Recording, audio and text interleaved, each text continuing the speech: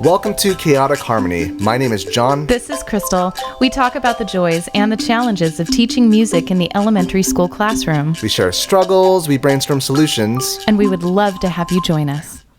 Welcome to episode 102. The triple digits. Third time. Welcome to 102, where we are going to be recapping our time at AOSA. But first off, I'm one of your co-hosts, Jonathan Seligman.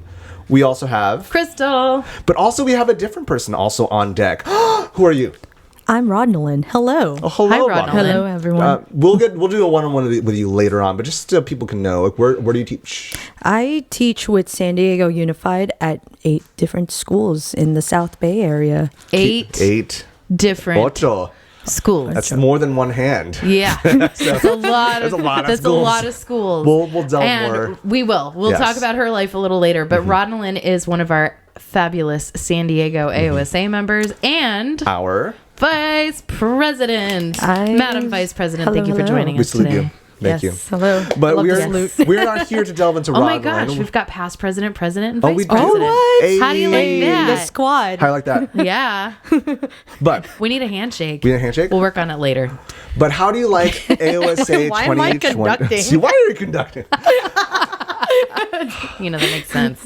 Yeah. 2024 AOSA. So, first off, how was that for y'all? It was, In short, it was amazing. Give me a sentence. It was Amazing. amazing. I enjoyed, period. Enjoyed Yes. period. And I thought it was, phenomenal, period. Yeah. This was my, let's see, I started in Salt Lake 2019. I didn't do the online one, but I did everyone after that. So what's that? Math people. 2024 minus 19. I don't know. Let's make a fifth one. Let's just say Yeah, fifth one. fifth one. And how many have you been Oh, to, this Crystal? is my sixth. Sixth? Yeah.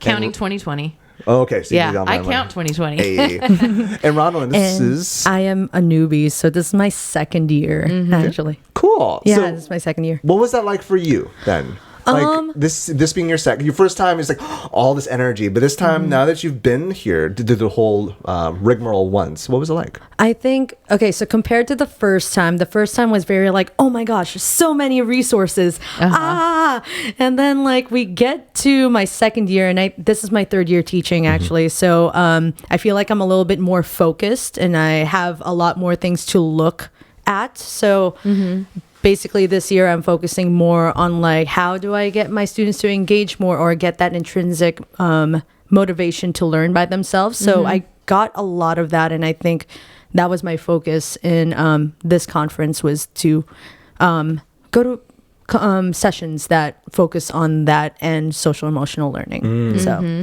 There was a lot of focus on SEL this year. I Yes. feel like every year you notice certain trends that are like not trendy per se, but that people are often presenting on. SEL was definitely a big focus on. Cool. So yours. Sorry. yeah, I did see a lot of sessions that were social emotional learning, and I think most of the ones that I picked were mostly getting students to analyze like what they're actually learning instead of just like, oh, here are some activities. Again, third year teacher, I need to have more purpose in my teaching. So it's nice being able to see that in action with or how people are actually putting that in their classrooms. Yeah. Yeah, I feel like I went into it with more of a lens of how the presenters, many of whom are my friends, I'm happy to say now, which is really fun, how they engage the room, how they engage other teachers. Right. And that's what I'm primarily looking at now. Like, how do you make this meaningful? This is from your own experience with your students, but how do you make this meaningful for other adults so that they can then take it and turn it into something useful for themselves? And I really got that this year. It was beautiful. And I'm just so proud to know these people because they're exceptional humans. Amazing people. Yeah. I similarly for me also, like the first couple of years was very much content focused, and I still was focused on content, but it was much more of not questioning, but like peeking through like how is the sausage made, and like looking at like people's approaches for teaching adults but also teaching students as well, how they broke down their lesson specifically, and also comparing things that I liked and things that I might want to adapt or tweak on that fits my persona. But like, yeah, similarly, like how is the teaching method, not the content per se, the content's important, but like the method was my focus. And I feel like that translates to how, like, I guess we go about like life and how music is effective in your life outside of the classroom is like the way that they were, I guess, scaffolding it. Words are new to me.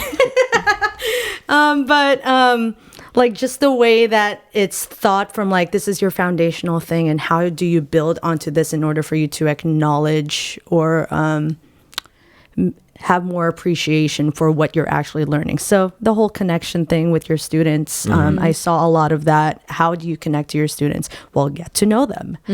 So, yeah. Cool. Yeah. I wanted to like see if we can go round robin, share Sure. like let's just do two because we Okay. could be here for a long time. We We've done that could. before. It was We like, have. We'd be able to cut a little bit of it, but Yeah. like thinking about what was two sessions. We'll do one by one, go around and just share what you liked and who was presenting and what was it on. So I could start off. Go for it. Sure. Yeah. The very first session was phenomenal. I had it with Sarah Posey. I had never met Sarah before, but hers was on SEL. But it was the first session. Her session was on like a lot of this. It was funny because the way she approached it was she talked a lot about SEL, but for a quick moment, not a quick moment, but for like a small portion, because we really wanted the activities. And it was really nice because I see a lot of people when they present, a lot of times they get so much stuck in the weeds of talking about important stuff. Don't get me wrong. Some people have seen it before. Some people haven't. And so seeing how Sarah did it in a way that was very digestible to new folks, but also a quick glance for those who've done it before, and then getting to the meat of it, the activities, she did it in a really well done job, well done way. And also not just focusing on content, but also focusing on, like, she shared a bit about herself. I feel like presenters don't always do that. I feel like there's like only 90 minutes, right, of presenting? 75. 75. Yeah. Yes. It's fast. So it's fast. And Yeah. so I was like, what do I prioritize? But if you're going to focus on SEL, you got to sharing a bit about yourself does not hurt. It helps it be relatable, and then you can kind of connect your personality. It's perfect. The second activity that she did was really cool that I really that stuck with me. She placed on the screen 4 emotions: anger, fear, sadness, and happiness. And there was something that she pulled from online that was an image that was like represents each of them.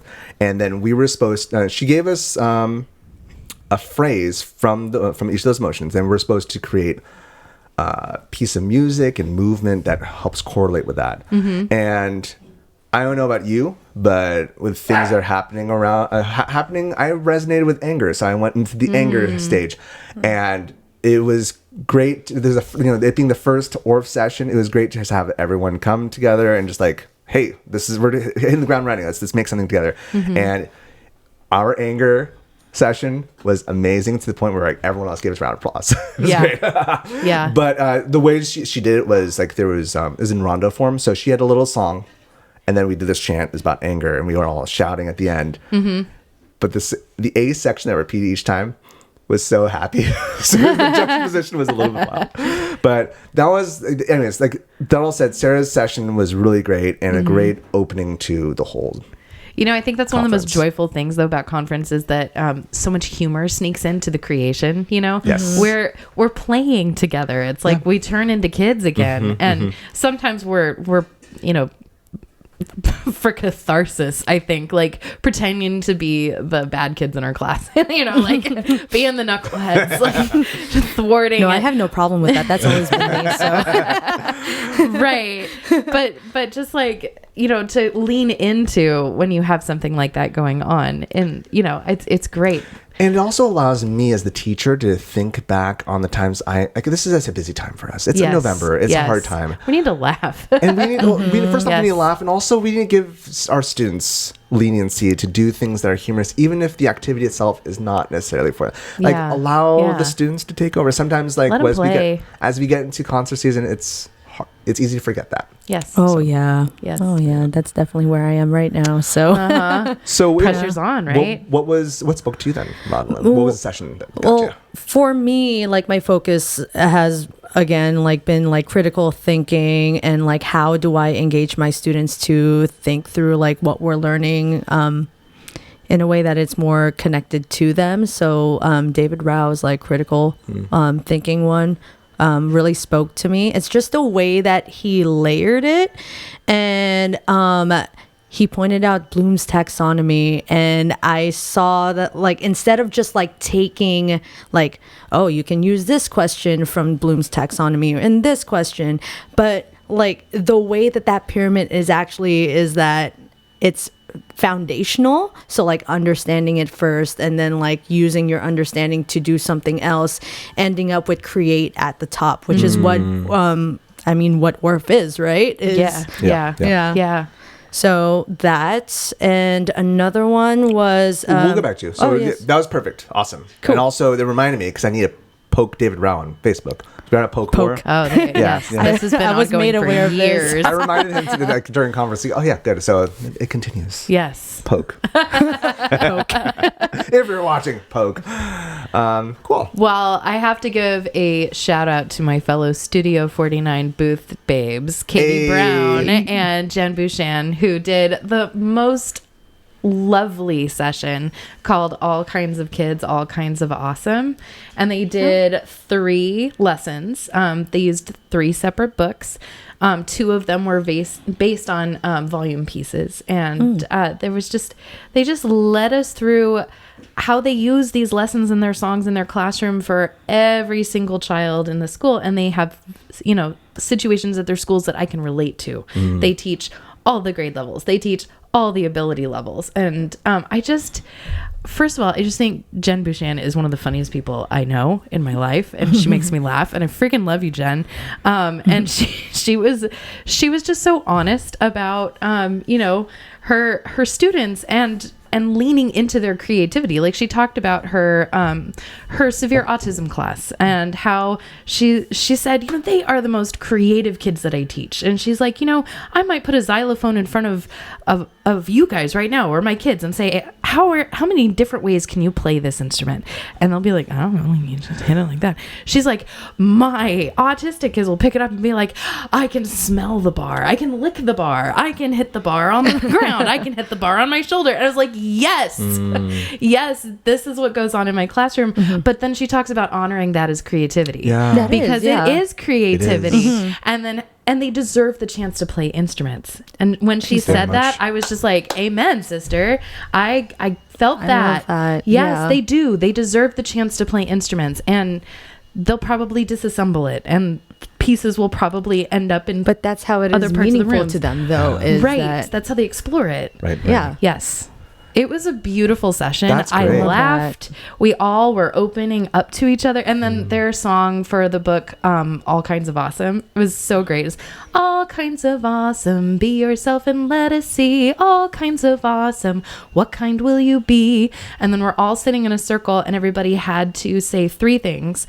I am, I want to, and I will. And then we finished those and we went around the room and then shared why we were awesome. And it was, I was getting emotional. And so was Jacob Wolf, who joined us from Munich.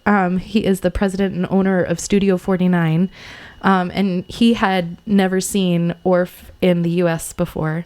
And so this conference was his first time meeting all of us here on the US side of things. And he thought it was beautiful. That's lovely. cool. It Why was. why are you awesome? What did you list? I am kind. I like to sing. True. And let's see. I think I talked about taking pictures or painting. It was one of those. Like we were sharing our different abilities. Yeah. So, Awesome. Yeah, it was Yay. awesome. It's a Awesome. great book. It's a great book. I loved it. Thank you for sharing. Yeah. You're welcome.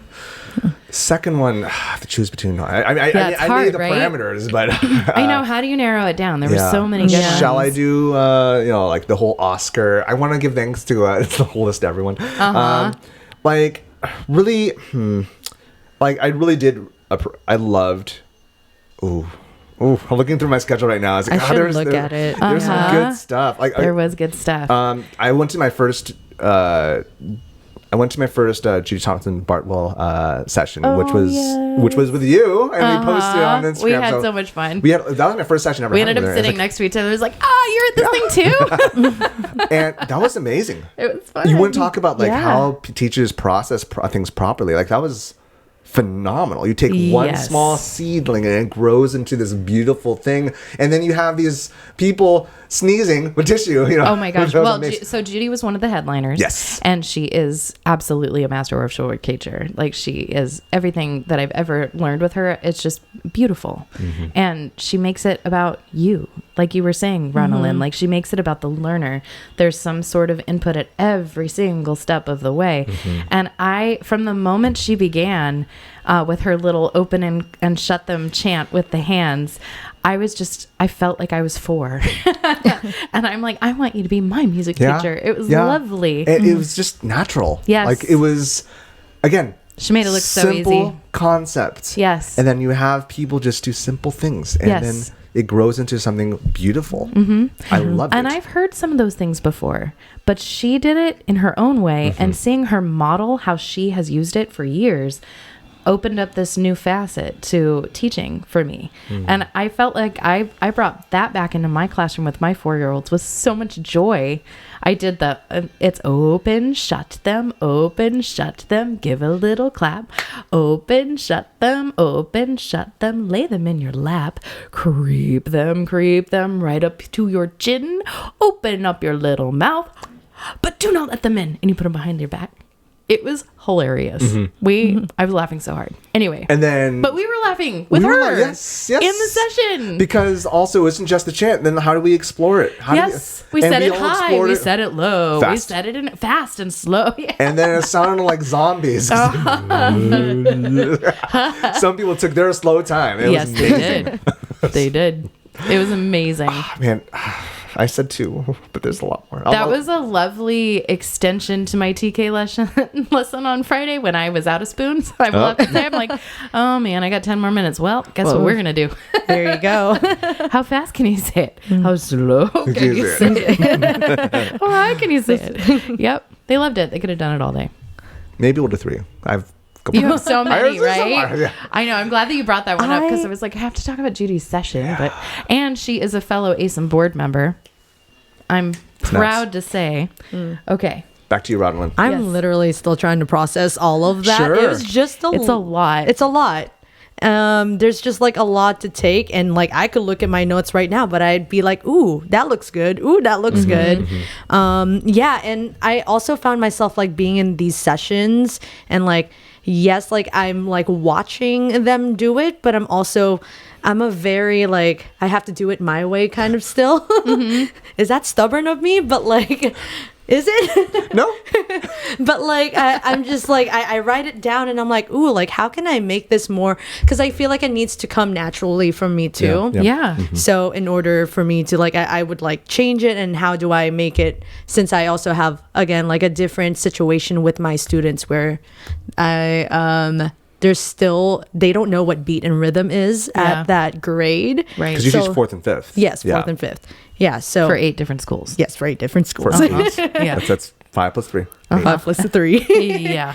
But yeah, just like finding ways to like, how do I make this fun even when it's just it's the foundational part still. Right. So yeah, it's a lot of that. I mean, like I can talk about all of the sessions, but I think the other thing was the I don't remember it, but John, you were with me on this one. Is it it's the one where they talk about the onlooker and Ooh. We're going to put a pin in it? No, it was the S of SEL. It was Yes. Jess Dunnick. I also enjoyed that. As you can see, Yeah, that was really or good. like hear that I like pyramids. Pyramids. And I like the fact that like there's acknowledgement of students who have different ways of learning, but sometimes they just need to be outside of the learning space. So like we could have them like in the carpet, and like one kid probably just wants to be outside looking in because they don't want to be part of the community yet until like they know what that community is. So they need to find that safe space. So I like that whole idea of being the onlooker, and also that being a privilege, and just give them a task in order for them to like explore it themselves first within themselves inside, because I focus a lot on wanting individuality with my kids. That's important for you to like learn how to even take this in by yourself, and then like being ready to be in the community after that. So I really enjoyed that concept. Yeah. By the way, if you listeners, if you're hearing anything, it's on our end. The sound is on our end. Okay, so we're having our backyard redone, and San Diego, our dirt is made out of mud and rocks, and so they were trying to put down a drainage pipe this morning, and they ran into a boulder. It's giant. Yep. So there's a jackhammer happening in the background. Sorry about that. It's not your speaker. It's not your Bluetooth connection. It's not you. It's me. Hi, I'm the problem. It's me. Yes. But so I just want to give acknowledge to that in case they're concerned. Yeah. But back to you, Rodnalyn. Like, first off, I feel like oftentimes whenever like we talk about exploration and the Orff process, it can often become, at least from an outside perspective, that like everything's ethereal and goes in all directions. But I think there is something to be said about when we do want to we want the floor to be wide, but the direction to be not linear, but to have a point. And it's like, so you're talking about triangles, like, you know, things building up Triangles. to a point is Pyramids. Pyramids. Get it right. Four-sided triangle, bro. We have to work that into our handshake. Oh, there you go. Yes. Pyramids. I This don't know. reminds And then me. downbeat. Brian, help me. Pyramid. Oh, there you go. Downbeat. There we go. Oh, Wait, prep. You gotta have the prep. Boom. And Okay. the ictus. The ictus. Yes. Love it. But yeah. So yeah. I like that point at the top of the pyramid. Yeah. Yes. Yeah, and also I agree the notion that not everyone has to jump in at the same time, that you can give people space, but give them jobs as well, so that they can help process what's going on their own time. Absolutely. Yeah. So my second session that I have to talk about is my buddy Drew Bullington's session. Drew. He did an update to the Simple Simon piece in the volumes. And we were there together. Yeah, it was beautiful. Yeah, it was great. I mean, everything he does is I think Simon beautiful. was wrong.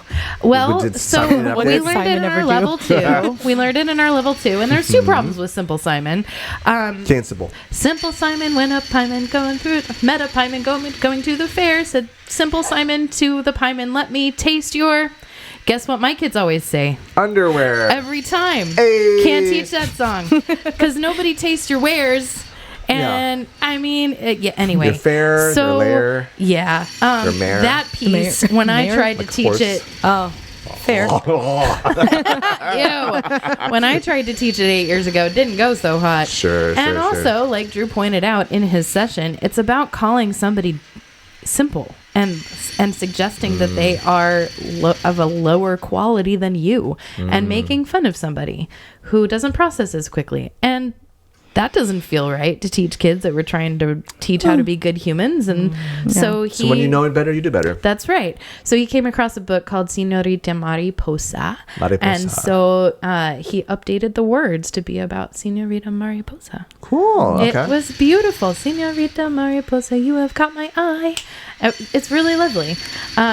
And what I appreciated about it was it was all tied in to the life cycle of the butterfly. So there was a science connection. We learned specifically about monarchs. We went through the entire Orff process because, of course, we did. Of course. But every step gave room for student input. He started out by showing us little models of the different phases of the life cycle of the butterfly, but every group got a different phase. And then we had to describe what we saw with movement, and we discussed with each other. And then, I mean, every single phase of this lesson had room for you to give your ideas. And even down to when he was teaching the accompaniment for the xylophones, and he showed us because the hands move together and then they move back apart, and there's 2 parts, and he showed it on the screen. He said, look, they make the shape of butterfly wings. And I was like, are you kidding me? I remember him doing that last time with was on the Bridge beautiful. d'Avignon. Remember that Yes. session? It's like, oh, like the whole Drew does a good job. Like he just like that, and then he flips it. It's like, oh, I see it now. Yeah. Yeah, very cool. Yeah, and it connects it, so then you have all these different ways to remember what you're supposed to play. So it teaches you very quickly, and it's just lovely. You know what's Cool. cool about the 2 cycle pyramids. Wait, I don't know. what? Together. Cycles are Cycles? circles, like rounds. Around is a circle. Unsubscribe. Unsubscribe. No, don't unsubscribe. Don't do that. Don't Please What are you talking about? I don't know. It's just my favorite earworm for John John. Speaking of pyramids, It's concert. speaking of pyramids, I don't want to spend. We could spend a bunch of time, but just honorable mentions. I would like to just give a quick honorable mention to. Okay. I really loved the Karl Orff Friends and Colleagues in Nazi Germany. That was definitely a sit down with your laptop and type notes, but it was a great recontextualization of we recognize people are complex and it's easy for us to throw people into a bin, but to note where Karl Orff stood with Nazism is complex. And it's not a black and white situation. Another one I want to give a shout out to is also Orphan Modern Band. You were on that one. That was so good. With David Dawkins. Lovely stuff. But the last one was animation with Ashley Brown Woodside. I had never met Ashley in person. And that was like, I'm glad I met her. She was phenomenal. That was great. Yeah. So, honorable mentions. Do you have any honorable mentions you want to give out?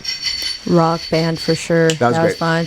That's also because like I'm starting a rock band. Hey, you or not are. really a rock band thing. Well, It's a modern band. Modern That's different. band. Yeah. I'm so used to calling it rock band because it's always been the modern band. Every time I joined something that's not classical. So Yeah, jazz band or whatever. Jazz band, exactly. Yeah. So Dance band, whatever it was called. What? Yeah, whatever. Like we called it dance band or something. Dance band. I know. Yeah. What state were you living in at the time? I think that they called it that in Alabama. Okay. Yeah. Oh, Dance band. interesting. Fascinating. Dance band. I don't know. That's actually a cool band name. Dance band. I wish I played with my plastic guitar dance band, you know. I got to give a shout out to Ani Silva Berrios. Her session, Viva la Musica, was amazing. It was all bilingual. It tied into different parts of Mexico, South America. She gave so many ideas for different books and dances that we could do, and it was excellent. Just beautiful. We got to bring her into San Diego. That would be great. Yeah, that would be great. She was awesome. I think I went to that session, but I was already like a lot of ideas. Having trouble absorbing. I had to sit down, and just like type a few notes, but like not engage too much. But that was a really good session. Yeah, I loved it. I started with the one with tubes. Yes. Loved it. That was fun. That was great. Also, Ukulele Beyond the Strum with Sandy Lance and Gretchen Wahlberg. Okay. Cool. That was an early morning session, but they did such a great job, and they showed different ways that you can teach ukulele with finger picking patterns. So you can still teach the same chords, but just give the kids another challenge. Yeah. And we worked on reading we worked on reading different kinds of charts, so like chord charts or versus tab. And they talked about how their different learners sometimes had an easier time, like kids who really struggled with like color coded chord charts could tabs just made sense to them. Something I like about Orff, the way if you view it from like the science community, it's a way of showcasing your data of how you taught, so, how this has worked in your setting and bring it to your own setting. So I love it. When I was talking with the guy that came down from Sacramento and visited us in 2019 when we were up for that school award, the Distinguished Arts School or something like that, he was asking me about if the creating strand of the standards was hard for me to meet. And I said, absolutely not. I'm an Orff teacher. That's the goal, is that the children are going to create. And he said, yeah, that seems to be the only camp of music teachers that are 100% comfortable with that. That's too bad. I know. I know. I just think that because I think that all of the approaches have room for creation and active music making. You've got to you just have to be intentional about it. But it's not really laid out that way currently in our textbooks. But you come into these sessions, you go to your Orff levels, you show up at AOSA workshops, and yes, it's all, now what are you going to do with it? Yeah, it's different than band.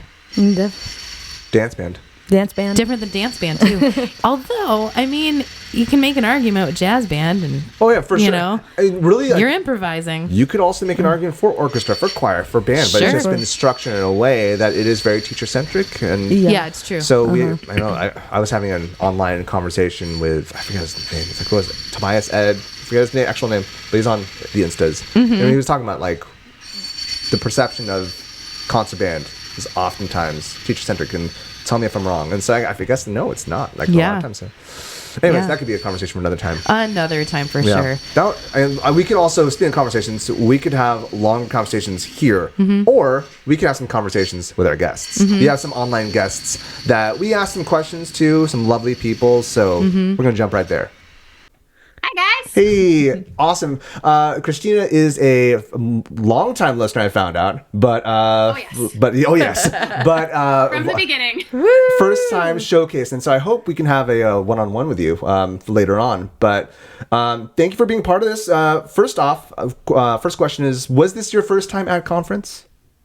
It was not. I have been at most of them for the last decade. My first conference was 2014. So seasoned which pro. was Nashville. Yeah. Yeah. So yes, I feel like I've been around for quite a few, and it's been really fun. So Also, Christina, where do you teach? I teach in Cincinnati, Ohio. That's right. Cool. Yep. Oh, so then you saw her, maybe, I don't know. Well, Yeah. you went to her home stage. When she was busy hostessing. Oh, okay. Being, like, host chapter. Yes. Nice. Yes. And did you present this year? I did. Was it your first time? I did. I got to do a double session. It was not my first time, but it was definitely my favorite so far. It felt really smooth and fun. Had a session on Thursday morning, so we had a really good time. Very cool. Awesome. And, well, actually, you did a double session. What were your two topics, if I may ask? Well, it was the same thing. So okay. like a lot of the other sessions, it goes back to back, so that if there's two things you want to see at once, you can go see one block and then the other block. But it was called Shifting Shapes Through the Schulwerk. So it was all about how we combined geometry and poetry and children's literature and music with a program we did with 5th grade. And it was fantastic.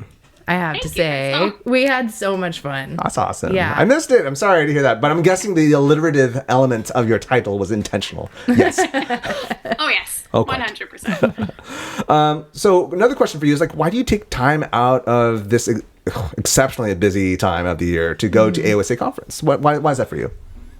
I need it. Yeah. Like you guys, I'm an island and I'm by myself, and I'm lucky to have a very strong chapter, and we have our 4 workshops and we have some get-togethers, but I crave conference by this point. Just the rejuvenation of being with everybody and making music together and seeing incredible teachers do their thing. Like, it's what keeps me going through the craziness of November and December for sure.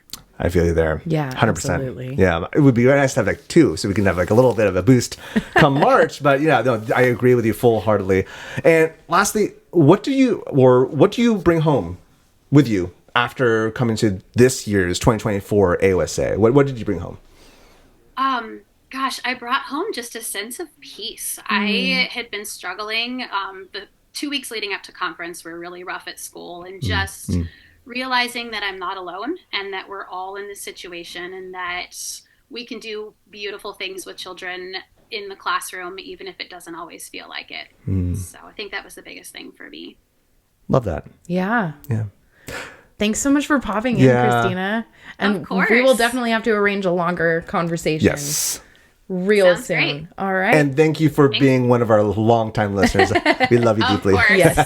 For reasons thanks, other guys. than that. For other than that, but also, thank you so much. Also, I listen. Bye. Bye, guys. Take care. Bye. Awesome. We also got with us Olivia Ramirez. Hi, Olivia. Bye. Hello. And in case you missed out on her amazing episode, I say amazing a lot. She was on episode 90. Do you remember? 98, 7, somewhere around there. It was It recent. has my name in the title. It has Yeah, a name, it so does. go check that out. But in case they have not, Olivia, where do you teach? I teach in Aledo, Texas, which is a suburb of Fort Worth, Texas. Awesome. In DFW. So. So it's like Perfect. northern, yes.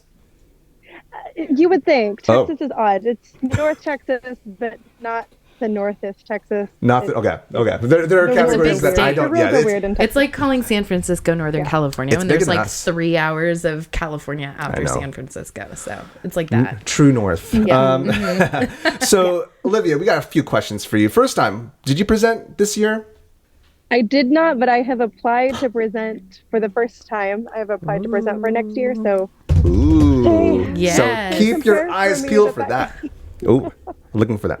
Peeled. I was Peel. peeling. I was peeling your my eye. Oh, okay. Yeah. Yes. Yeah. I don't understand why we still have that idiom, but alas, I still use it. So I look forward to seeing that next year, and I'll make sure to check that out. But also, so Olivia, we're asking all our guests, why do you take time out of this exceptionally busy time of the year, like pre-concert season for a lot of people, to go to AOSA conference? Why do you do this? It is the most soul-filling experience that I have discovered in my whole life. There's lots to learn professionally, and initially I started coming to this conference to grow professionally, but from professional skills to networking connections, and now just deep friendships and reuniting with people. It fills my soul, and I find a way to get there. So. Yes. That's awesome. Yeah. No, I fully hear you there. As you reflect on your time at AOSA Des Moines, Duh Mwahh.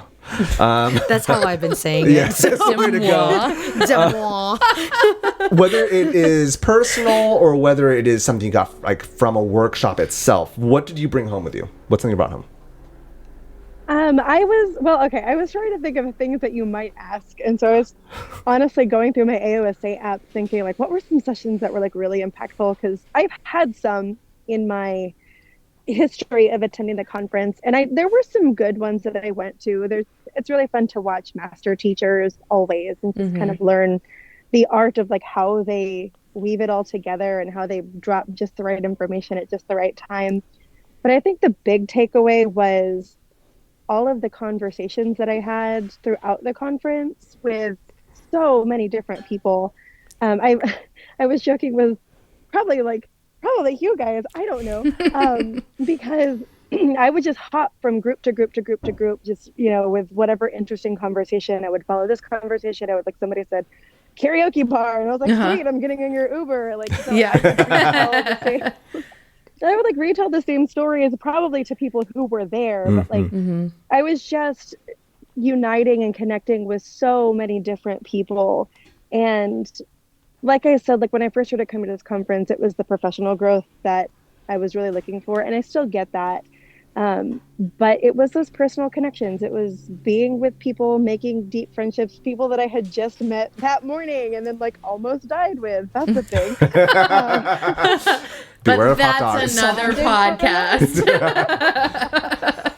I did not die, clearly. We're very glad.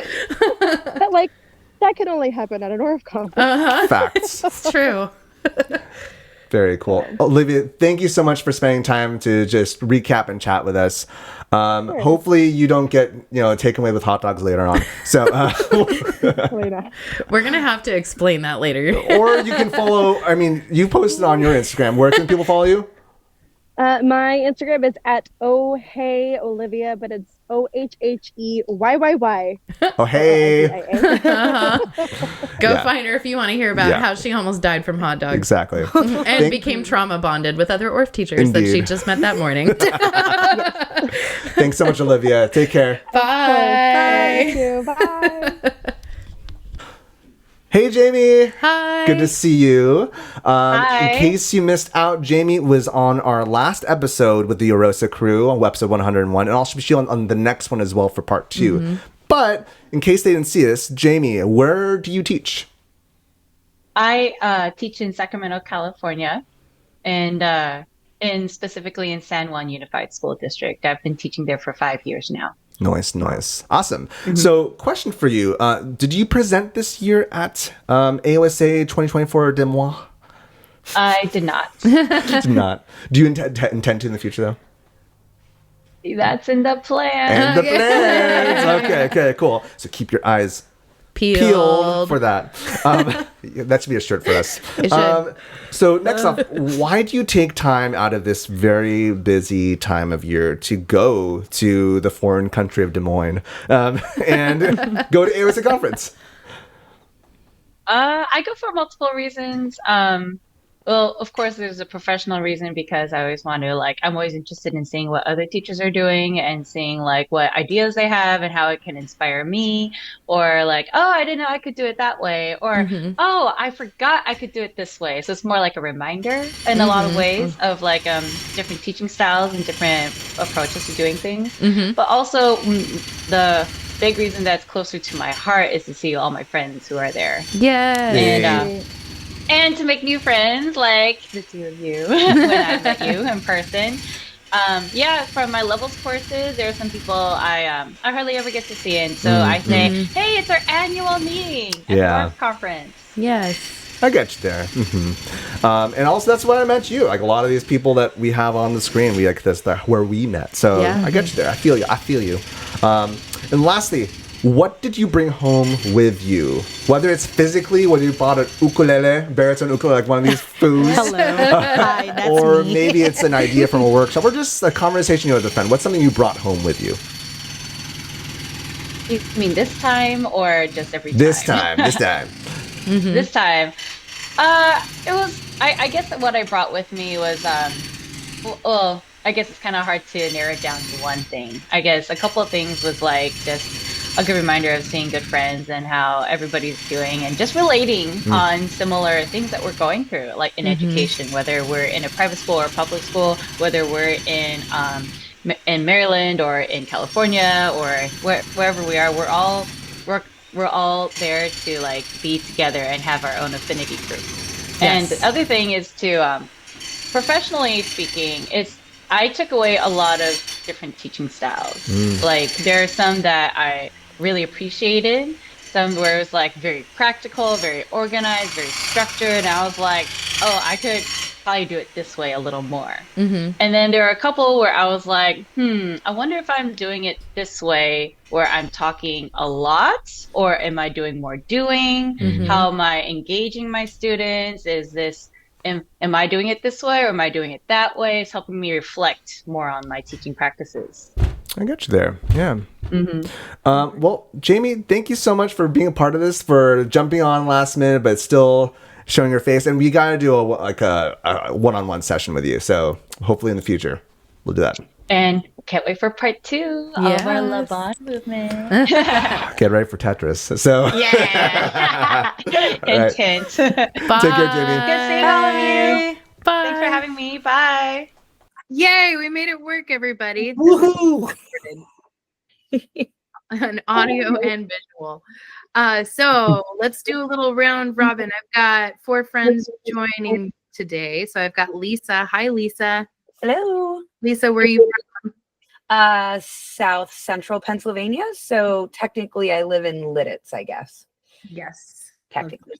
Okay, so Mrs. Semsey. And then Mr. Boga, Manny Boga. Where are you joining from? Hi, joining from Reno, Nevada. Nevada. Don't say Nevada. Just for all of our listeners. Yeah, right. And then Drew Bowling. Hello. I'm also from Pennsylvania, and also from the thriving metropolis of Lidditz in Lancaster County here among the Amish. And I get to be neighbors and good friends with Lisa just down the road from me. So yeah, and you teach at her former school.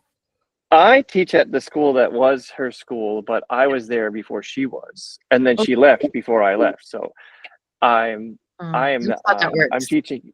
Yeah. So I don't know if you touched a nerve or not, but she used to teach here right next door, right over there. That was her room, right back there. Through that wall, through the ukulele wall. Oh, did you guys have a code where you could just knock on the wall and send? No, it was just get back out. Okay, got it. And then we also have Dave Thaxton. Hi, Dave. Hello. I'm from Reno, Nevada, where Manny is also from. We're also neighbors. Yes. Actually in Sparks. Actually, yeah, I was going to say.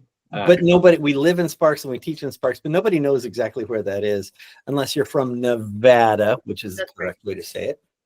And I know where Sparks is. But everybody else knows where Reno is, right by Las Vegas. Yeah. Which it is not by Las Vegas. Not at all. It's a long drive. In fact, right now, outside my window, it is beginning to snow. Wow. Yes. Oh, the weather outside is frightful.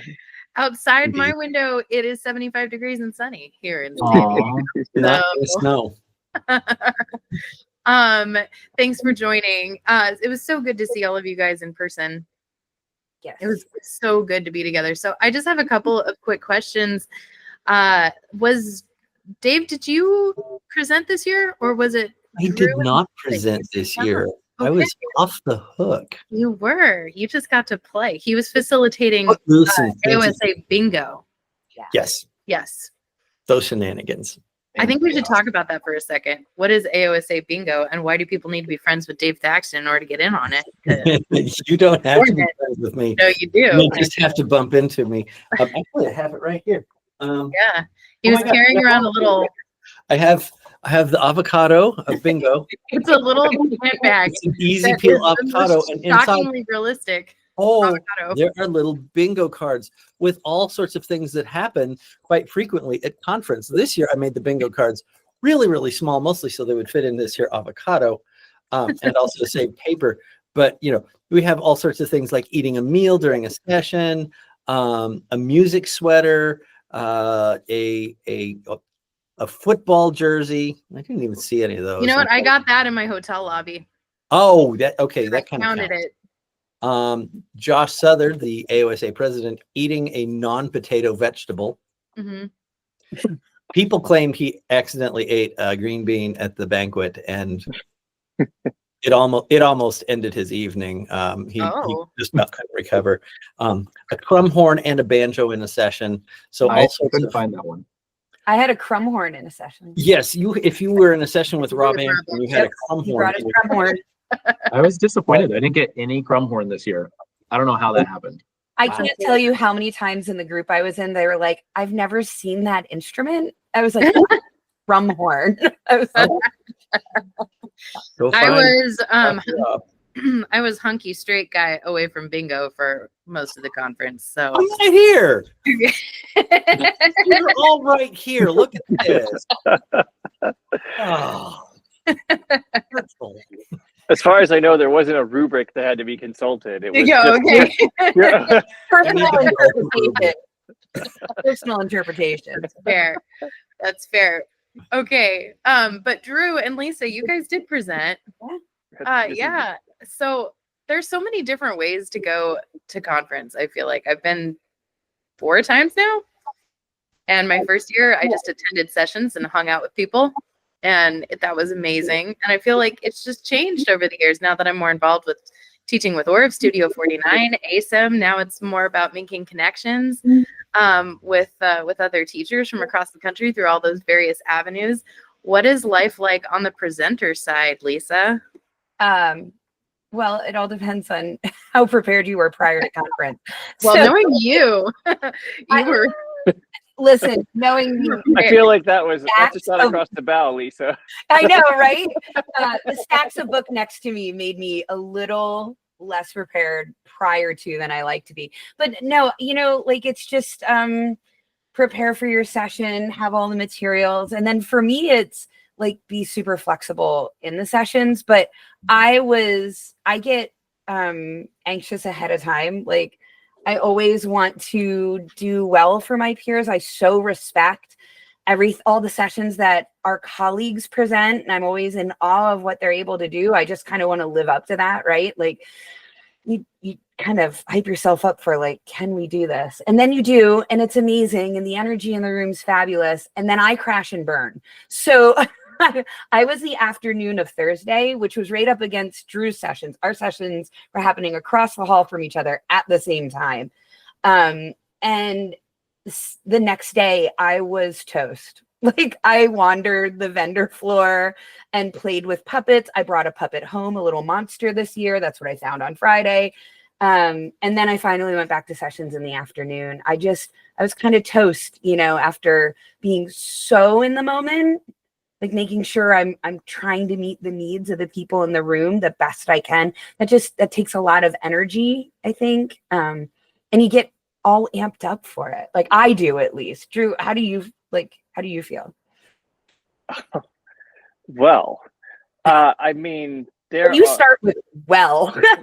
We're in for something every time. the opportunity to follow what you had to say is super like true.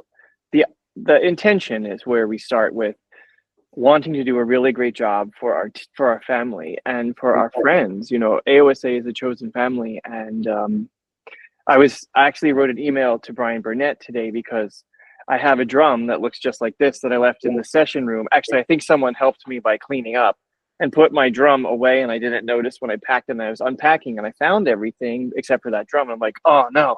So I emailed Brian and I'm like, I think someone helped and put this drum away. But meanwhile, before that in the email, I thanked him profusely for all of his work to make the conference, you know, go so swimmingly and so smoothly. And he's brilliant at it. And actually he's a master.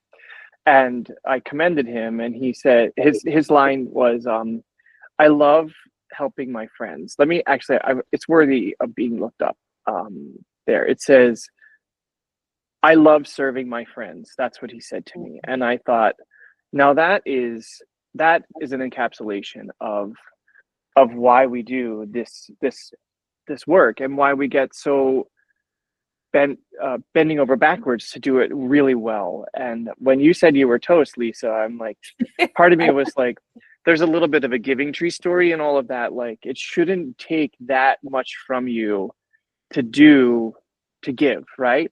But also, and this is not me shaming, this is me saying, I know. It comes from the intention of us feeling such an honor to be put in that position of being at a place that we know that we're going to connect with people who don't get a lot of affirmation, who don't get a lot of connection, who don't see other people working for them the way that they work for other people. And so when you ask me, how does this work for you when you go and present, Drew, it's like, that's what I'm thinking is, gosh, these people have spent a lot of time, a lot of money, and an enormous amount of effort to get here, to be in this room.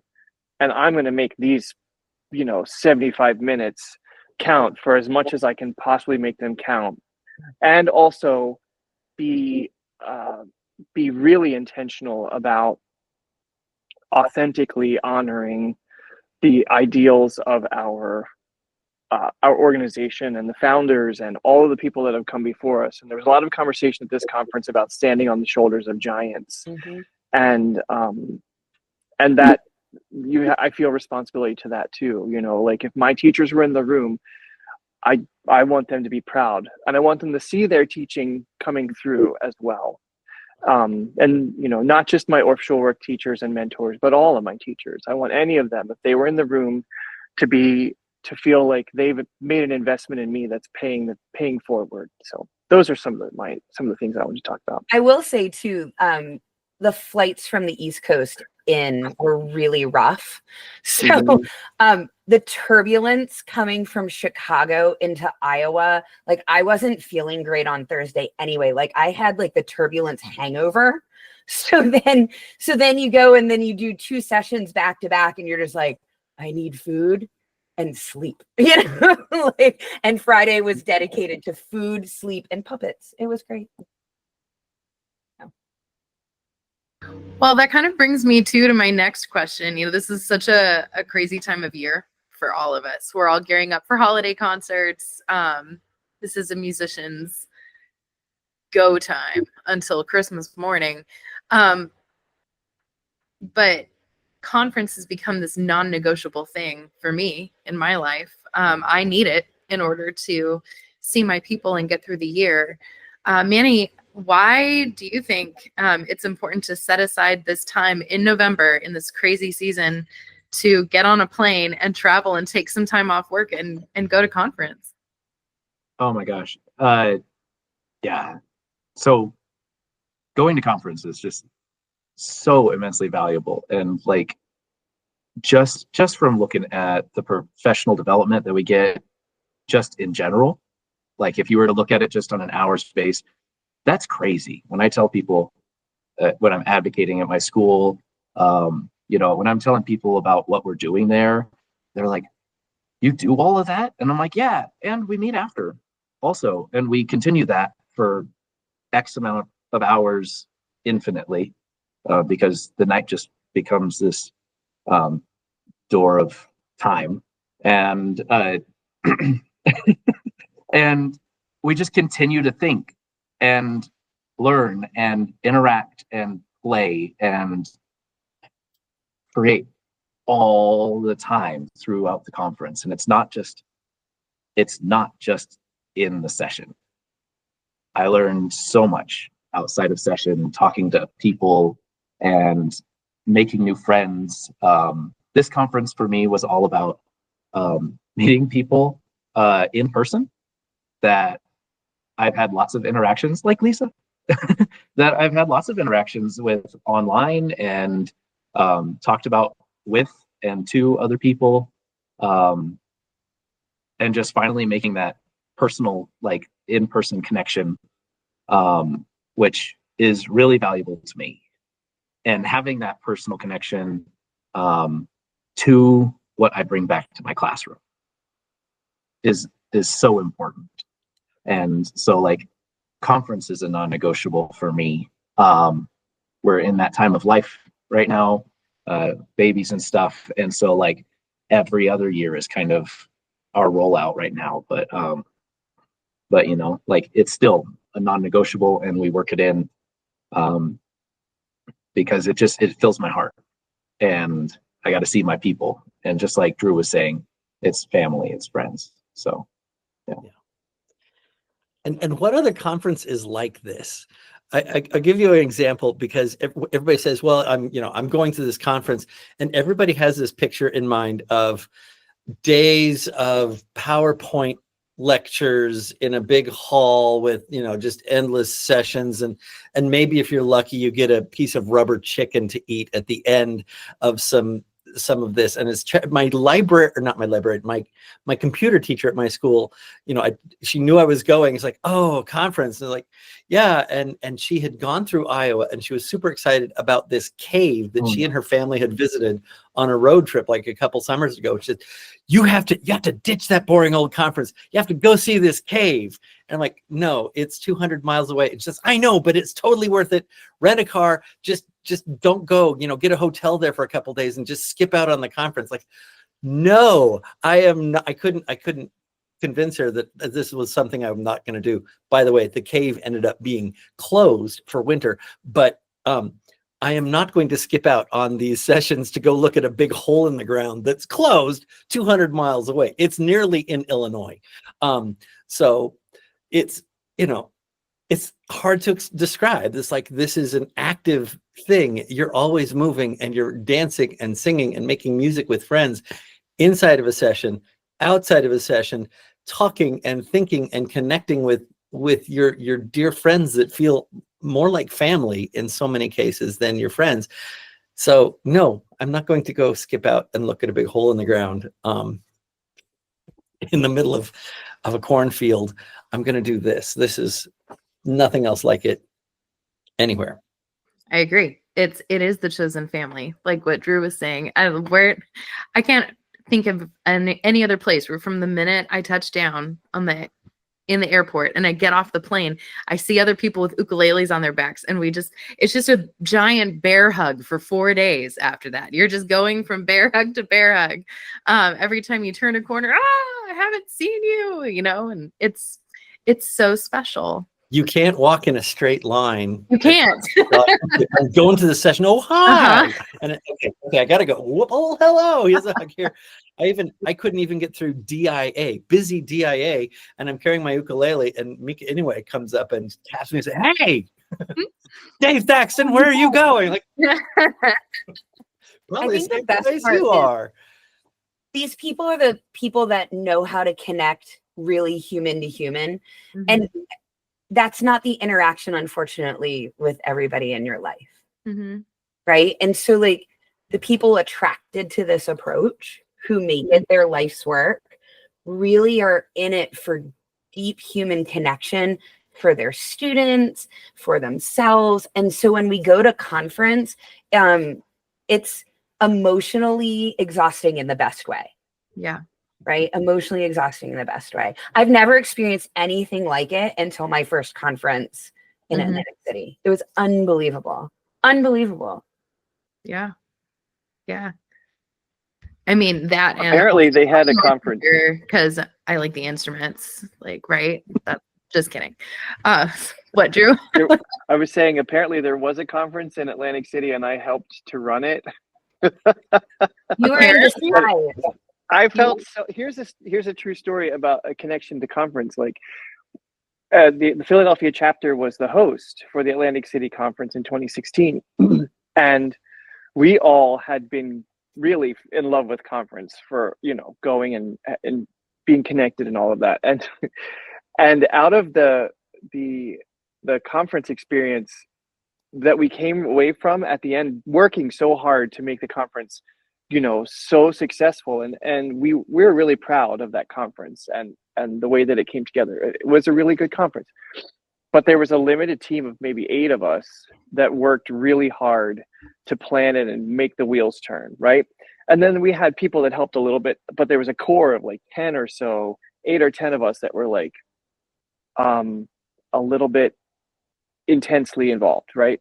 So conference came and went, and at the end of conference we all were feeling some type of way about it, because we didn't have all of the things that we're talking about here. We didn't get to go to sessions and enjoy them. We didn't get to experience the feeling of like, I wonder what's going to happen next, because every minute was scheduled out. And we had this at the end of the conference ride, we were like, wait, everyone's going home and we didn't get what we needed, which was the connection to the field. So at Christmas break that year, we scheduled what we unofficially call Orffnanigans, which was, hey, I'm going to open up my classroom for the day over Christmas break, and anyone that wants to come can bring a volumes piece or whatever they want to do, and you can come and we'll just jam and play and explore, and we're just going to hang out, and then we're going to go out to dinner, and we're going to have some drinks and relax, and then you can all stay at my house or go home or whatever. And we had a really great time that year. That felt super fun. Yeah. And Lisa was there. And I know Manny has to go. So Manny, what are your parting words that you want to say before you jump out of here? I'm not ready for this 5th grade class that's knocking at the door. So that's real, brother. Yeah, you got it. You got this. Digesting conference is so much on the brain. And so teaching these 2 days before Thanksgiving is something else. May the I'll see y'all later. Yeah. See Manny. I like the idea of Orffnanigans. I might be co-opting that. I can.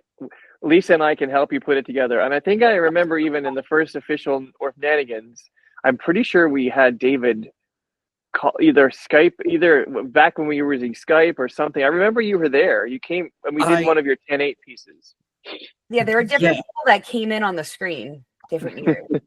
Yeah, there was something that happened. It might have been in 10-8. Yeah. That might have been that piece that I wrote for the 50th anniversary. Yeah, I think it was. You were noodling. Yep. Yeah, I was noodling on that. It's so fun. And we do a similar thing our Orff chapter does, but we do it more on a regular basis. And it's kind of I don't know, maybe if we did it less, maybe if we just did it one big time at Christmas, we get more people in. But we usually have 4 or 5 people that join. We call it Orff Laboratory. Yes. And we come in and bring like Drew said, you bring a volumes piece, you bring something that maybe you're working on, something that's not quite, maybe it's kind of half baked, but you want to try it out on humans before you get into a bigger or more real situation in your classroom or presenting it for like a workshop or something.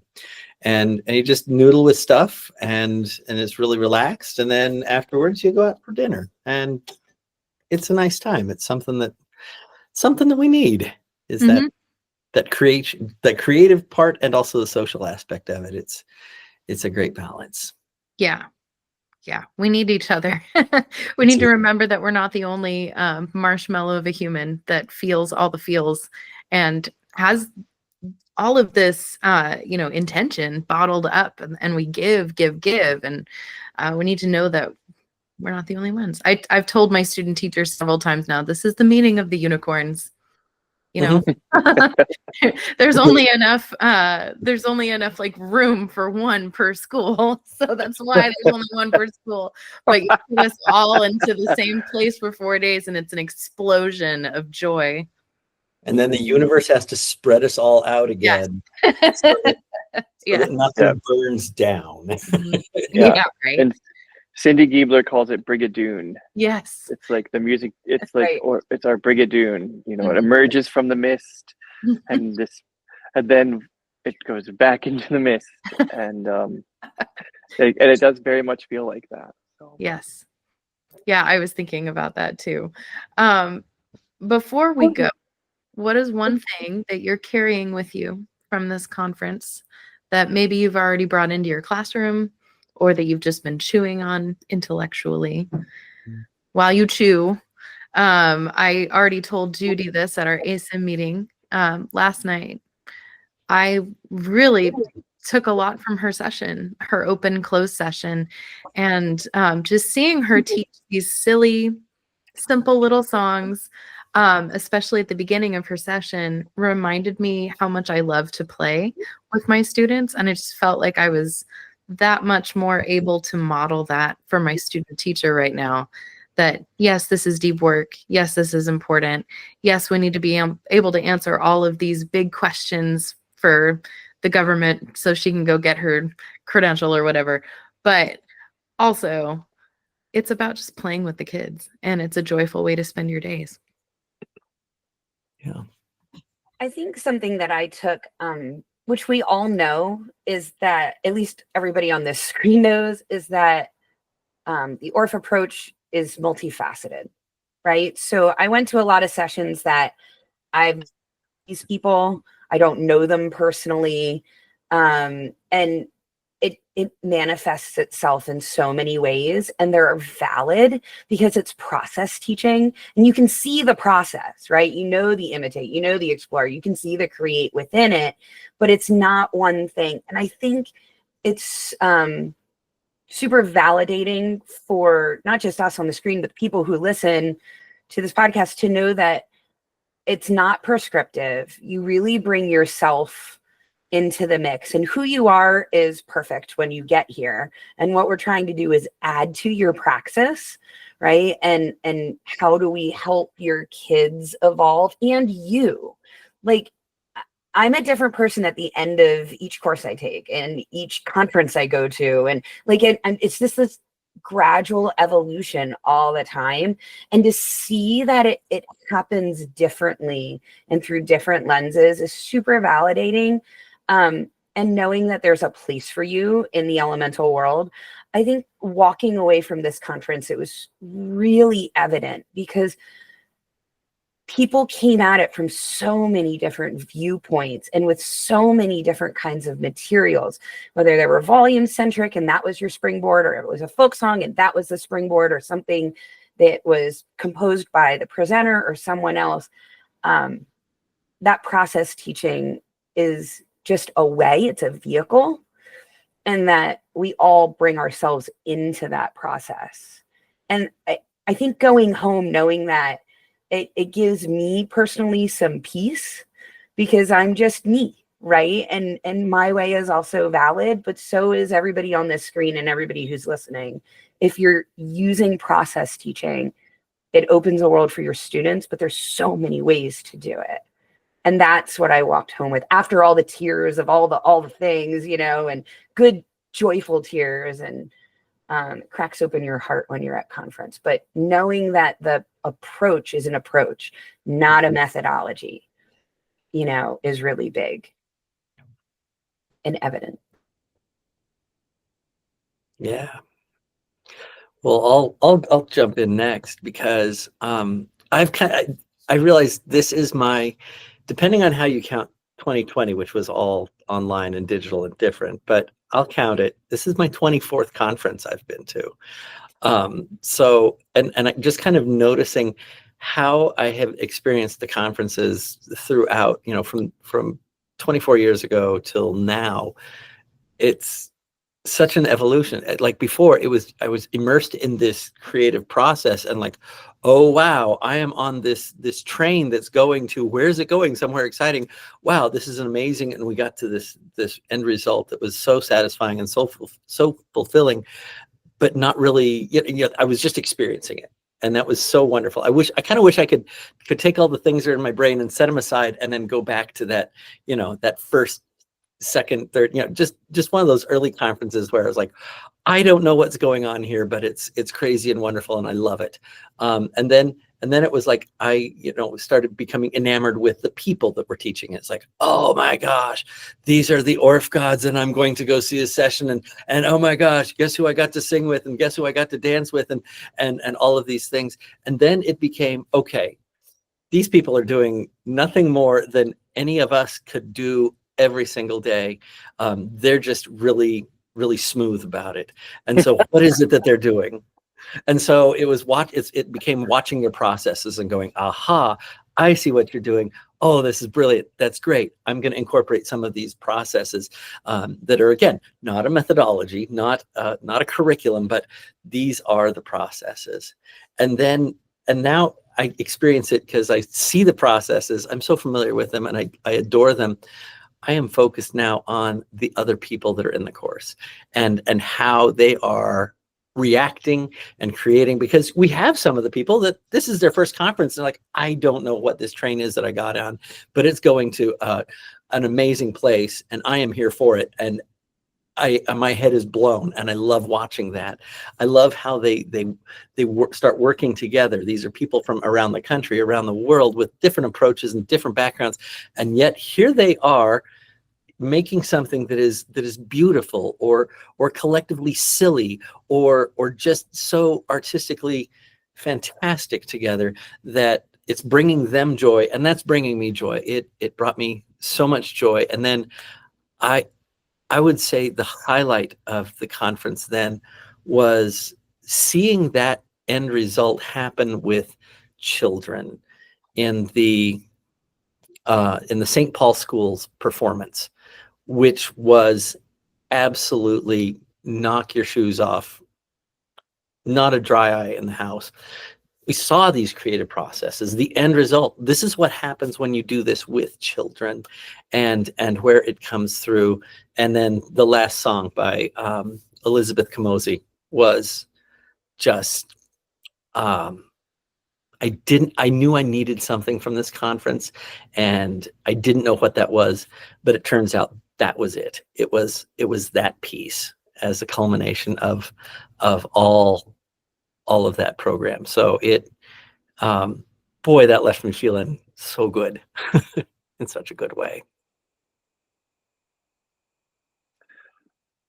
David, you took my answer. Sorry, Drew. Talk more about that, Drew. Well, here, say more. Okay. Well, I wanted to say exactly what David was saying is what was shaping up in my mind. So the fact that sometimes David Thaxton and I share a brain must terrify a lot of people. And for me, it gives me great comfort because I know that there's someone out there who also understands what it's like to be rolling around up here in this old noodle. But your perceptive recap of that experience was spot on. And to have the opportunity to see master teacher Meg Tietz and her colleague, also masterful Elizabeth Kamosi, work with those children in real time, still shaping a performance while building a plane while they're flying it in so many ways. Because to do this work, it has to be loose for kids to be free. And when kids are free, anything can happen. And if you don't let them have that, it doesn't feel good for the kids, and it's just an anxiety ride for you. And I really honor the way that they chose to bring those kids from months and months ago forward and put them on that platform in front of us. And I hesitate to say a stage because the stage has so many implications of perfection and rehearsals and specifics. And there was a lot of really beautiful possibility there, even on the stage. So, but I was going to say in very short words, the song, you know, I choose to dance, I choose to sing, I choose to live life in the fullest, give me wings. That is, I mean, I'm holding that and it is just swirling in my heart over, you know, a week later. And, you know, the idea of that whole song coming from Elizabeth and to those children in a matter of the last few months through the poetry of the poet, you know, the national art treasure, Amanda Gorman, Yeah. you know, that all of that being connected to so much depth. And, you know, I actually shared the video that I made with my students of that. And I said, hey, I just want to share this. This is one of my favorite things from conference. And every class clapped at the end. You know, not like that cheer, but just this like, you know, and I was like, those are kids just like you. You know, they have people who aren't nice to them. They have people that struggle. They have people that some of them aren't as, you know, they don't do great in school with reading or math or whatever, but they are doing this. They're still showing up for this, and they're singing, you know, they're saying, I choose to sing, I choose to dance, I choose to live in a way that makes me proud. And even when, and I'm like, whew, even now I'm getting a little teary because I'm like, gosh, do I do that? Do I always choose to live in a way that makes me proud, or do I choose to live in a reactive state of allowing my emotions that are not my best emotions to be in charge? And it just was a real reality check for me. And I you know, I pride myself on I pride myself on my integrity, and it just was like, hey, are you really in full integrity with who you want to be? Are you, and you know, that question, like, do I choose to live in a way that makes me proud? And to have that, all those words in one sentence was really powerful for me, just because you can choose it and you can choose not to, and that your choices are the part of the things that you do in your life that are make you who you are. And then the reflective piece is, does it make me proud? So, and then of course there's your own individual experience with that, and then our community experience with that, and then our national existence with all of that, and all of, you know, regardless of your politics and how you feel, there's a lot of people who are feeling big feelings about the way things are going in our world, and not just in the United States, but all over. And so I just thought, gosh, if a bunch of kids who are in 4th and 5th grade can remind me that I need to remember to live in a way that makes me proud, and they can do that in song, then, and that's, you know, that's what I brought home with me, is there's a real, the power of simple elegance.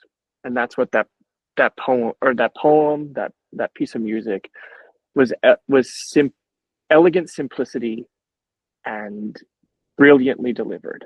So that was my takeaway. So Yeah.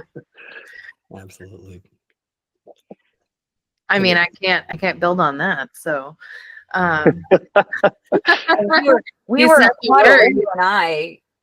Yeah, well, Lisa leaned over halfway through that song, and she's in this teary voice said, "This is why we do what we do." And after that, we were just spooning and sobbing for the rest of the song. It was a full body hug. I was holding her hand on my shoulder, pouring out of us. There was snot. It wasn't even cute. I went online and I bought that song, and I'm looking at that. I'm like, I really, really, really want to teach this to the children, but I don't think I can make it through it. You know, it's such a beautiful example of teach your children words that are worth getting stuck in their heads. Gosh, Isabel McNeil Carley, worthy of remembering for a lifetime. Yeah. Isabel McNeil-Carley says, "Make anything you teach your children should be worthy of them remembering for their entire life." Yeah. And I really, there's been a lot of things I put back on the shelf because I'm like, nope. Because of that. I mean, I'm still going to teach alligator pie. I think alligator pie is very well not worth remembering. Okay, good. Absolutely. I mean, I taught you alligator pie in level 2, so I stand by that. All right, good. I mean, how else are you going to teach 16th notes? But yeah, I loved that part too. And what I loved was it wasn't a special group. It was the 4th and 5th graders who went to that school, all of them, and it looked like all of them. You know, it didn't look like a special auditioned group that got together for a couple of months after school.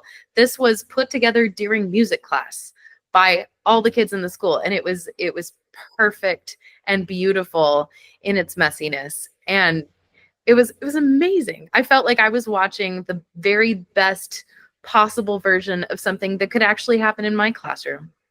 Yeah. Yeah. Yeah. I loved it. It's like the Orff Grammy Awards a little bit. Yeah, it really is. That's a good way to put it.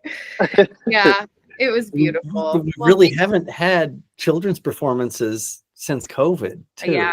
So we have, but they've been like special groups. Right. We've had the audition groups, you know, we've had the kids that make music class their whole personality, and we love those kids.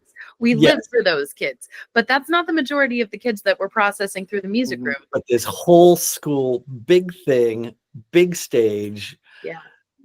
To go back to the stage, it was cool.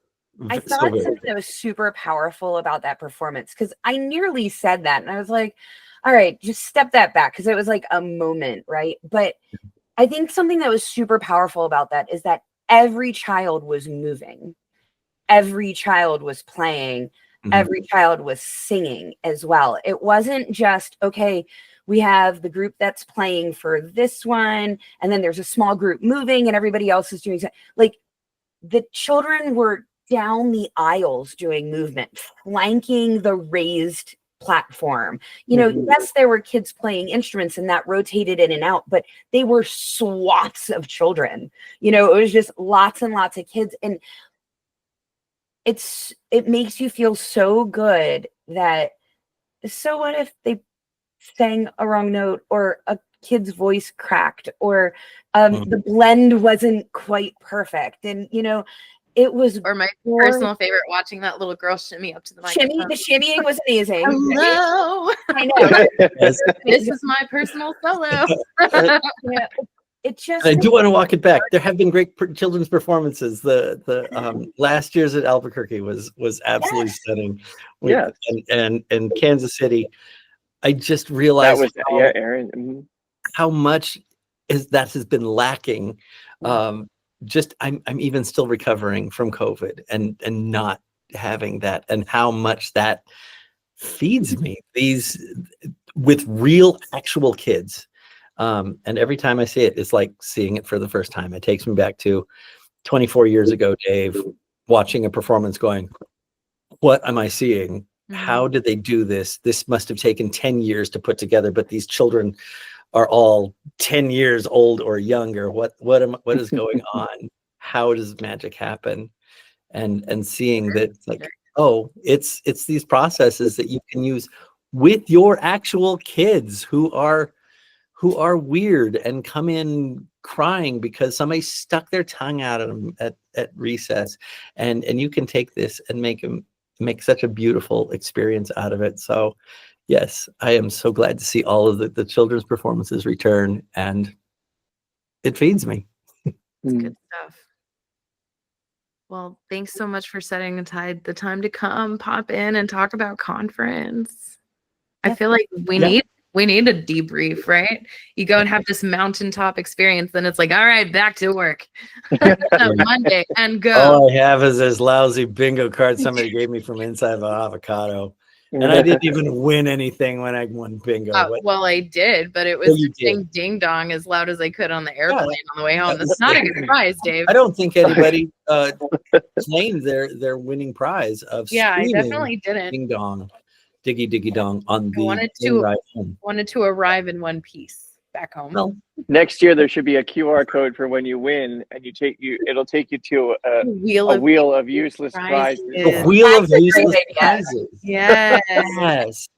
Tune in next Yes. time when we talk about ridiculous incentives for your students. Class. The wheel of useless prizes that includes 4 dust particles and 9 feet of invisible rope. Oh, I had a kid win 9 feet of invisible string today. Oh, wonderful. He was so pleased. I pulled it out of my pocket. I counted it out for him. I put it in his hand. He held it. I love that you can win a slightly heavier left foot. Uh-huh.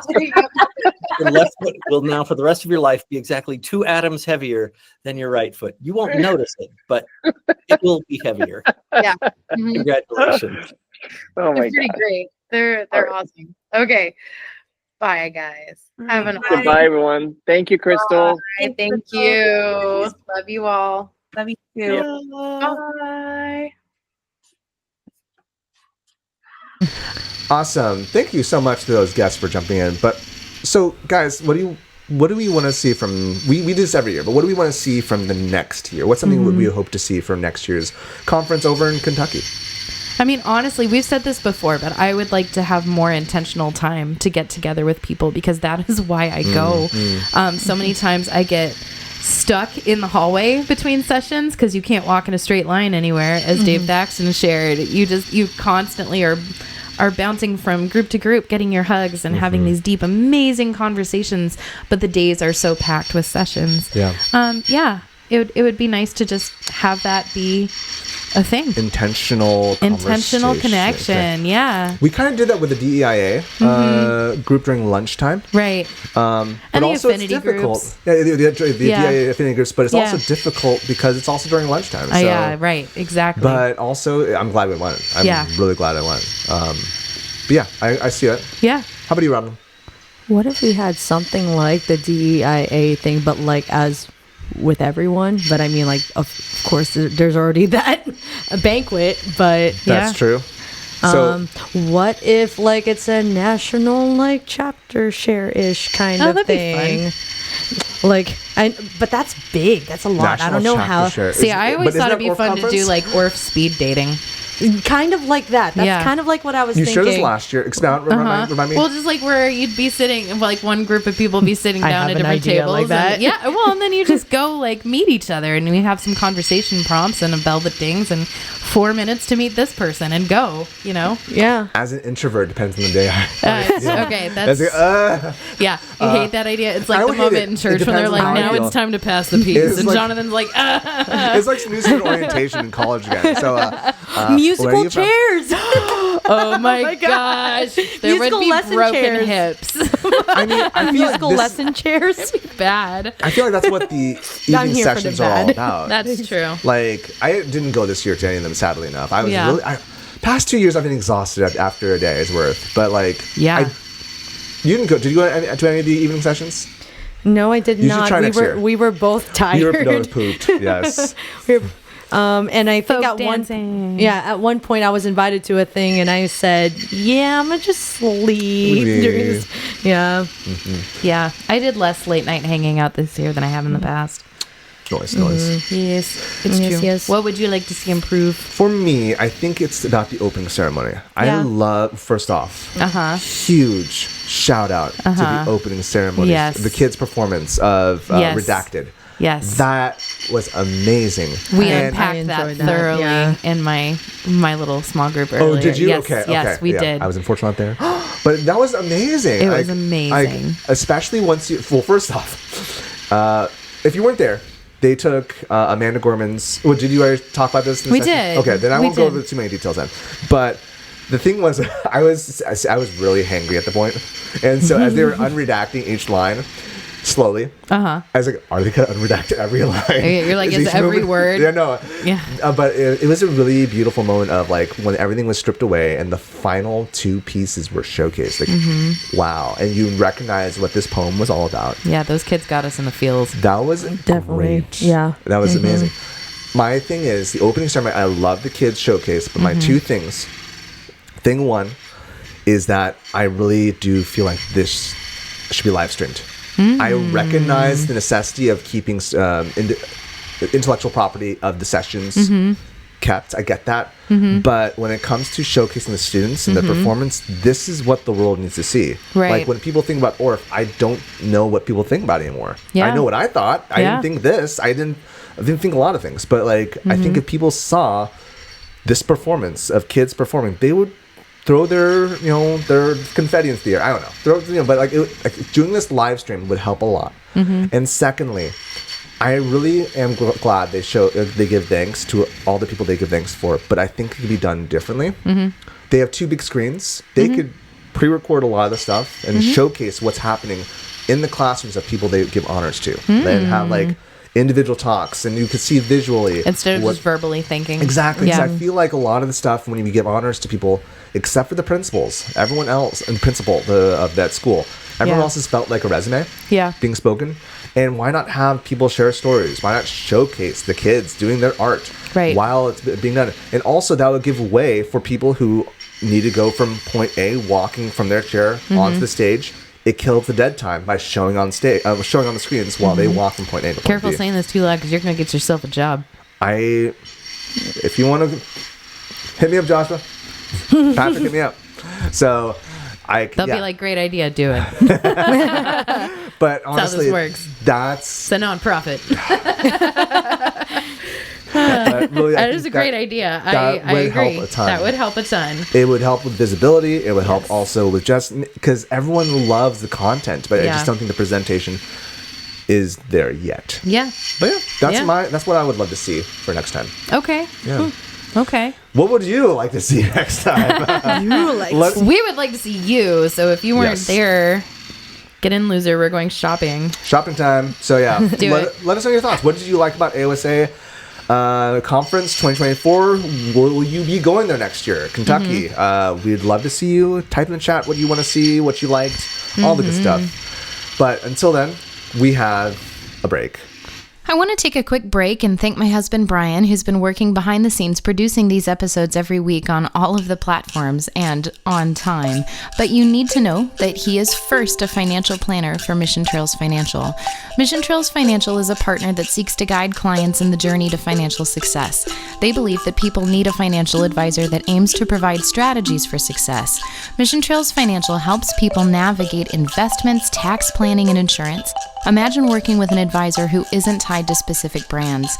Mission Trails Financial has a fiduciary responsibility to act in the best interests of their clients by providing independent, objective advice. Their mission is to help clients accomplish their financial goals. As Joe Vitale once said, a goal should scare you a little and excite you a lot. Do yourself a favor and set up a time to chat with Mission Trails Financial. Visit www.missiontrailsfinancial.com or call 619-419-0238 to schedule a call. You'll be glad you did. We believe that leaning on professionals is how we get ahead. Check out the program notes for more information.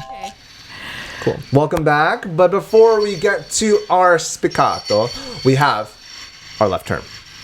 Thank you, everyone. It has been a wonderful 6 years of us doing this. 102 episodes, 104 episodes, really, when we count the 0.5 episode I stupidly made. But but thank you for being a part of this journey. If you love this, please support things you love monetarily by dropping us a buck. You can send it to us on patreon.com/chclassroom. And there you can find lesson ideas. Also, depending on what level you go to, you can get merch as well. You can rock the black Chaotic Harmony shirt and all that jazz. And the tote bag and the cup. We were thinking about having some merch outside of that. So keep your eyes peeled. But also, God, I love this problem. But if you can't support us monetarily, that's okay. But what you can do is you can send us a review. Just like we got a new one. Yay! If I could load the properly. Thanks, Michelle. Thank you, Michelle. We've been saying this for a while, and Michelle has stepped up. She came through. She came through like a boss. She did, like a boss. Michelle mentions, always makes me smile when I see there is a new podcast episode from Chaotic Harmony. It always feels like I am a part of the conversation with them. Just like when you get together with your music teacher people and sit around sharing your joys and struggles. Thank you so much, Michelle. And so, you know what? Spend just 1 minute, leave us a review on either Apple Podcast or click the stars 5 only on Spotify, or, like and subscribe onto our YouTube channel. Do it. But We appreciate you. You could do that after we do our Spiccato. Yes. So our Spiccato we have this week is a sleeping bag. Okay, I always keep a sleeping bag in my car just because you just never for know. Naps, right? Well, also like when I like to drive, I just sometimes I go somewhere, go to the rest area. But yeah, what would you do with a sleeping bag in your besides taking a nap under my desk? I would store this, yes, in the rafters and then sleep during. No, beyond just sleeping. What would you do with the sleeping bag? Do you want to? This is a big boy, so It looks like a wearable one. Is it one of the ones that goes over your head? no, you pull on. It's a regular sleeping bag. If you want to pull out, sure, yeah. Okay. You gotta put it pack back in though. Oh, rip. Okay. What would you do in a music classroom with a sleeping bag? With a sleeping bag. Beyond It's a sleeping. sleeping bag. I think that I might use it as a creativity sparker. Sparker. Like, how could you use this to travel across the classroom and put them in groups of 3? And that's all they have to do. You have to get from point A to point B using nothing but your bodies and the sleeping bag. Okay. Yeah. Because I can imagine a few kids getting in and crawling and scooting, and other people might use it as a sled. I like that. Oh, yeah. Uh-huh.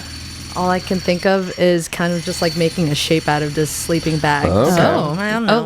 Movement activity. Yeah. So, Yeah. so partner A makes the shape, partner B makes the body movement. It's a sculpture. Ooh, there you go. It's a Yeah. sculpture. Like forts, but like with sleeping bags. Yes. What I would do, I'm pulling the spirit of Jesse Rogers into me. I love it. Channeling Just kids just whamming on it kind of thing, or finding textures to make sound with it. It has a very. We're not gonna. Just the background noises. It's not gonna carry on microphones, but you can imagine the sound of. Yeah, my poor imitation. But yeah, that. But really, the correct answer. There's only one correct answer. Yes. It's what we mentioned earlier. Absolutely. We lock the doors, turn off the lights, and sleep. take a nap because I'm tired. I'm tired. Yeah. I go nap here. This is what you do. This is what it's for. That's what it's for. That's what it's for. Cool. What would you do with a sleeping bag? Let us know. But before that, we got our round of the week. Round of the week. Oh, we're going down that time. Yeah, I'm mixing it up. Mixing it up. Cool. We are doing Viva la Musica because it's become tradition that when we talk about AOSA conference, Viva what we la do. Musica. Yeah. I always recognize there's people in the audience who always say it shouldn't be sung like a dirge. It's so slow. But there's something to be said about it being sung slow as well. And people say that about the Happy Birthday song too. Like, happy birthday to you. Yeah, Trevor Noah talks about how it sounds like a funeral dirge. He's got a whole skit on it, and it is funny. It is funny. Happy birthday to you. Yeah, right. It can be. So to me, that's an attitude. So you imbue it with whatever meaning you want, man. Yeah, and when you're with 1,000 people at AOSA conference singing it in 16-part harmony, it feels really good. Cool. It's really cool. It is cool. Yeah. And also there's something to be said about live the music in a sense of like drawn out. It is. Yes. It is a less of a cheerful joy and more of a on your knees cry kind of thing. Yeah. Yes. Okay.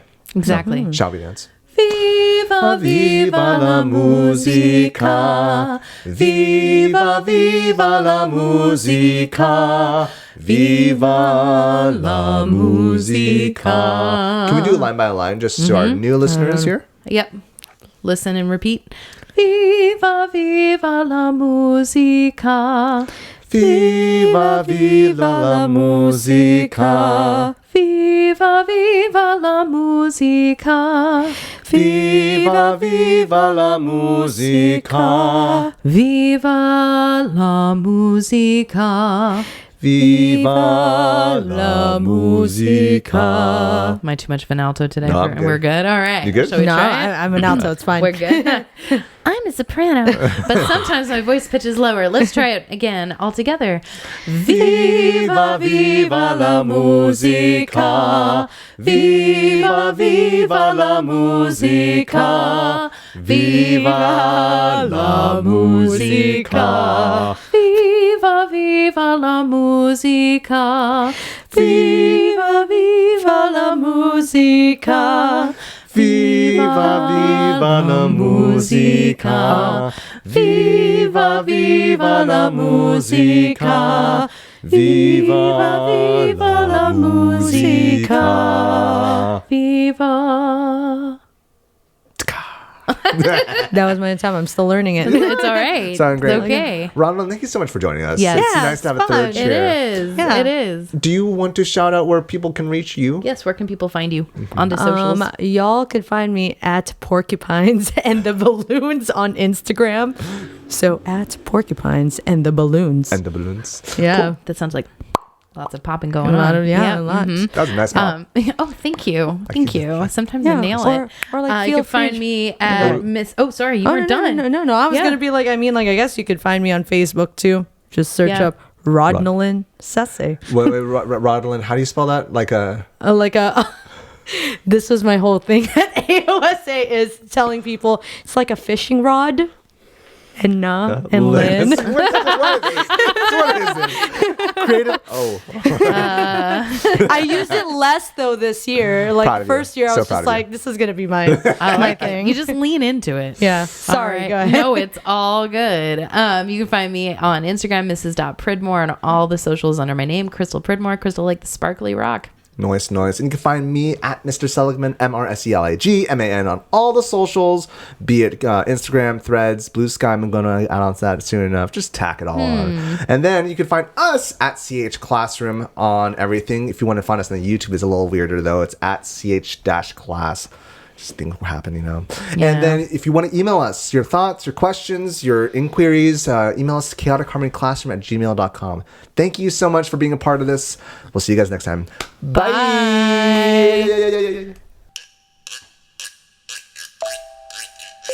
The Chaotic Harmony podcast is a joint project between Crystal Pridmore and Jonathan Seligman. You can find us online at chaoticharmonyclassroom.com. You can email us at chaoticharmonyclassroom@gmail and let us know what you think. Give us feedback about what you would like to hear in future episodes. We're on all the socials. Find us on facebook.com/chaoticharmonyclassroom.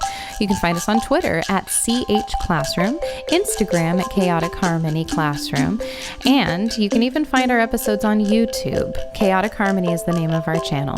Special thanks to Bryan Pridmore for his help with production and equipment. www.pridmoria.com.